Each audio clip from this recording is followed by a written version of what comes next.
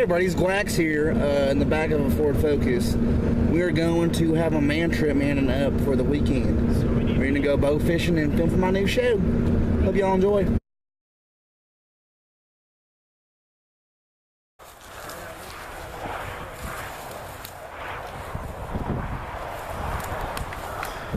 This right here, the Nazarene lemon tree. Remember says when Jesus was crucified on the cross, these were used for his thorns of a crown. What's your crown of thorns, let's say? Let's keep going, shall we? Ah! Just wanted to take it to the tree. Take the bark. The way it pops off like that, it's a good sign it's going to be good bow fishing. Get ready, folks. Hold on to your seats. Time to bow fish. Get ready. As you can see, the rare extinct logfish has been caught. What's your typical wildlife out here?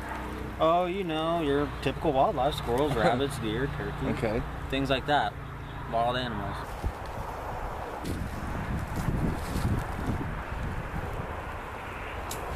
See, down here by the river, gotta watch your feet for snakes, critters, plants. Can't be too careful when you're out here in the wild. But zquax got you.